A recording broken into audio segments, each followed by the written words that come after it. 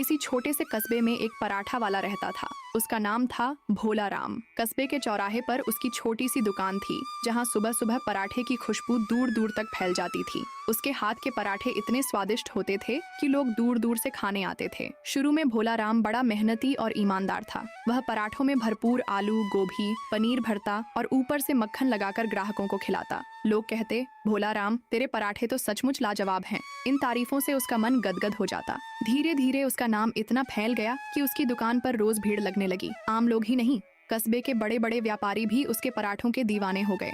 जैसे जैसे ग्राहकों की भीड़ बढ़ती गई, वैसे वैसे भोला राम के मन में लालच भी पनपने लगा। पहले वह सोचता, अगर मैं थोड़ा आटा बचा लूं, थोड़ा तेल कम कर दूं, तो मुनाफा और बढ़ जाएगा। शुरुआत में उसने भरावन कम डालना शुरू किया। आलू की जगह ज्यादा उबला हुआ चावल भर देता, पनीर की जगह पत्ता गोभी मिला देता। ग्राहकों को थोड़े दिन तक फर्क न पड़ा, पर धीरे धीरे स्वाद बिगड़ने लगा। लेकिन भीड़ अभी भी थी, क्योंकि लोग उसकी पुरानी छवि के कारण आते थे। भोला राम सोचता, चलो लोग आते ही हैं, स्वाद कैसा है इससे क्या फर्क पड़ता है, फायदा तो मेरा ही है। धीरे धीरे उसने तेल और घी भी घटा दिया। मक्खन की जगह सस्ता मार्जरीन लगाने लगा। अब पराठे का स्वाद और भी फीका हो गया। एक दिन कस्बे के एक बुजुर्ग अध्यापक, जो उसके नियमित ग्राहक थे, दुकान पर आए। उन्होंने पराठा खाया और तुरंत माथे पर बल आ गए। भोला राम, ये तेरे पराठे वैसे क्यों नहीं रहे? पहले की खुशबू कहाँ गई? स्वाद भी बिगड़ गया है। भोला राम हंसते हुए बोला, अरे मास्टर जी, आप तो पुराने ग्राहक हैं, स्वाद तो वही है, शायद आपकी जुबान बदल गई है। मास्टर जी चुप हो गए,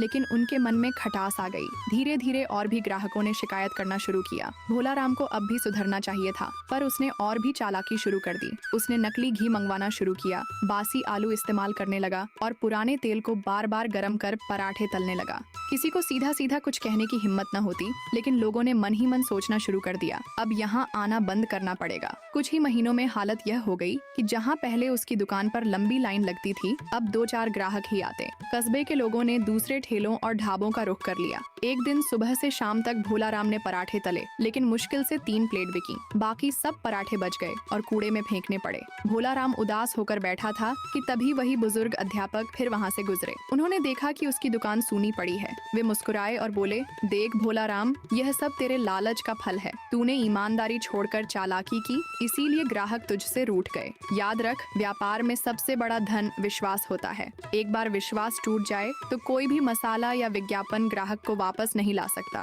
भोला राम को तब अपनी गलती का एहसास